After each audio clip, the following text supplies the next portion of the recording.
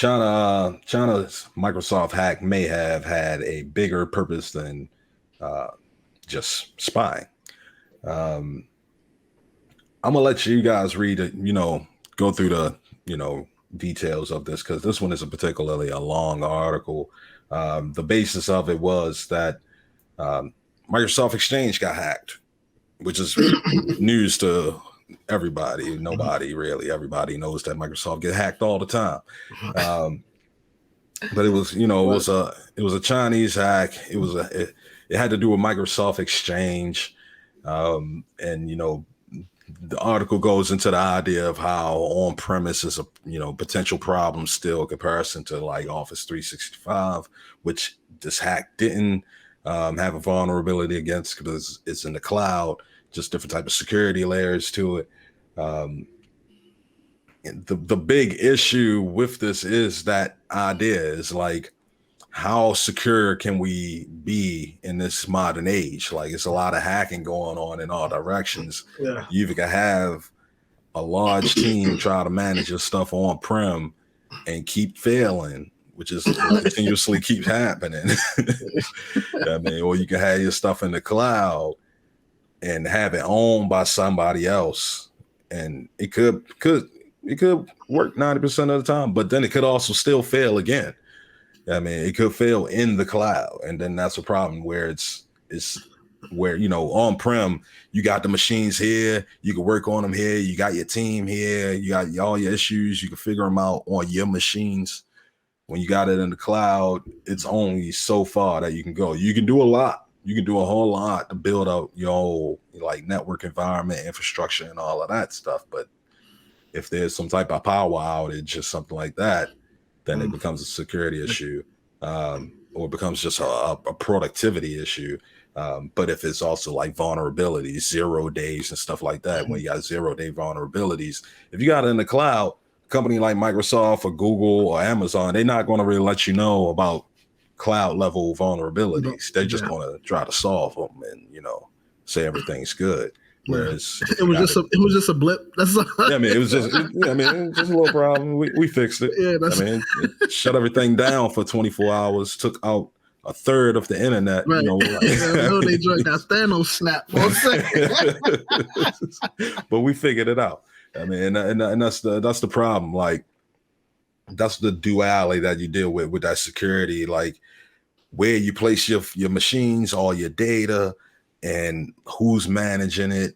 Where is it? How much do you trust the third parties versus having stuff in-house, on-prem in-house? That's the same concept.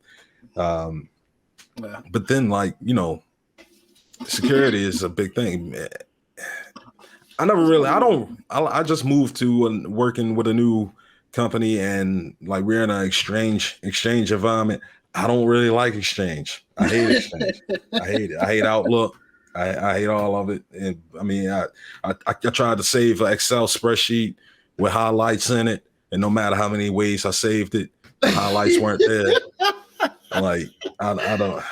You're a Google guy, so yeah, you're going. Yeah. But at the same time, that goes to show that too with some of the design stuff. Because although I would say, whether it be depending upon what side you're on, it may affect you differently. But I'm more of a Microsoft a pane took guy, like 5 minutes, yo. It took me 5 minutes to figure out how to freeze a pane. It's an adjustment. I think what it is that it goes back to what keeps Microsoft safe. Even when they have these things happen, they constantly getting hacked by China, right? Everybody, China's always just all over the place with something, either China or Russia, right? But Microsoft is like always like they like the punching bag for hackers. You know what I mean? So they constantly always getting. But I feel like because they have built such an infrastructure within the private sector as well as in the government, people will not lose so much trust in them because it's almost like they've created somewhat of a dependency there. Mm-hmm. And even like for instance, what you got going on now with your new job, Mike, is because you come into the environment, all this stuff is built on, all of the KT you need to have in order to understand stuff is all Microsoft.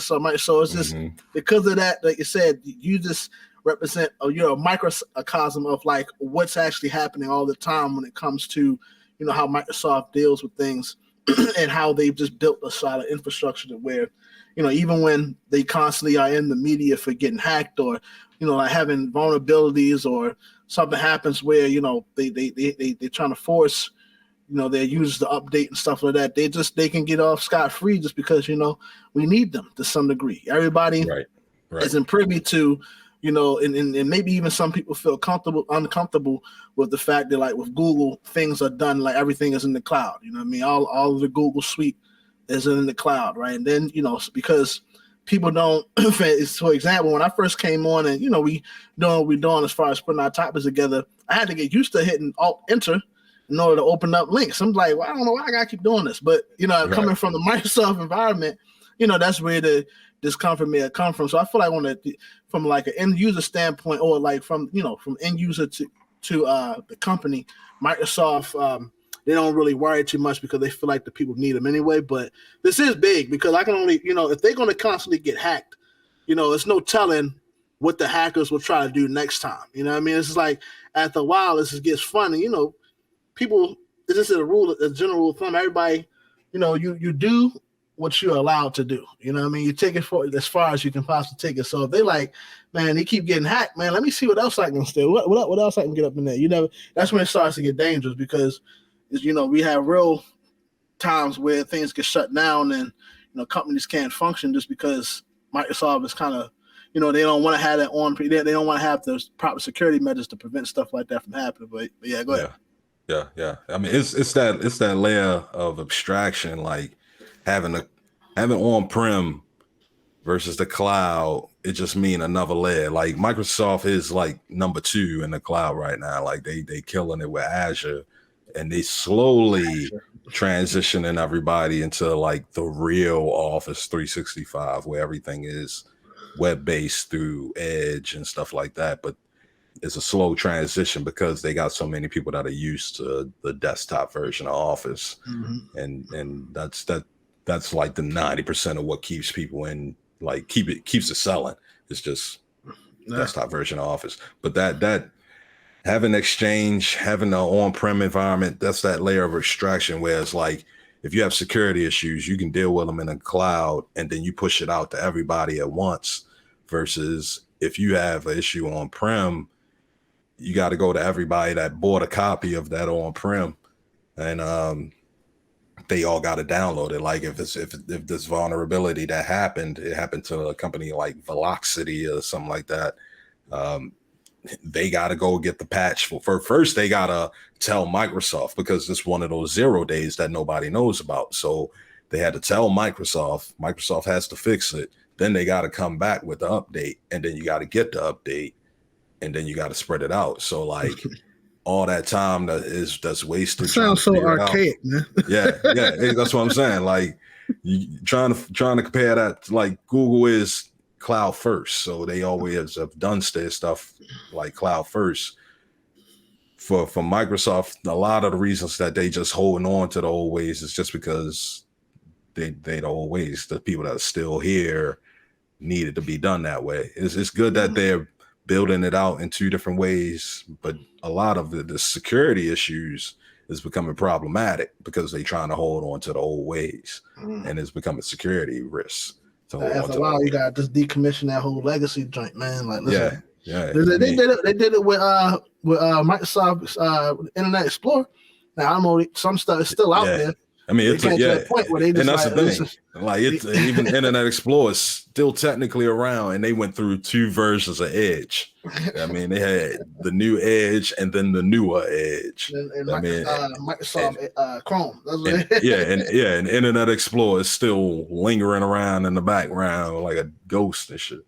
Like, like that's the thing. Like they just got to drop it at some point, and they, like Apple don't have no problem telling people they can't use shit no more. They'd be like, yo, as of such and such 2022 is gone, and y'all just gonna have to deal with it. This is the final update. Yeah, this is the final, and we letting you know. And like Microsoft, a lot of complaints have come from some third-party company that put like $100 million into Microsoft, and they'll be like, you know what? All right, we'll turn it back. I mean, but that's how they also the $2 trillion company by doing what people need them to do, for real. So.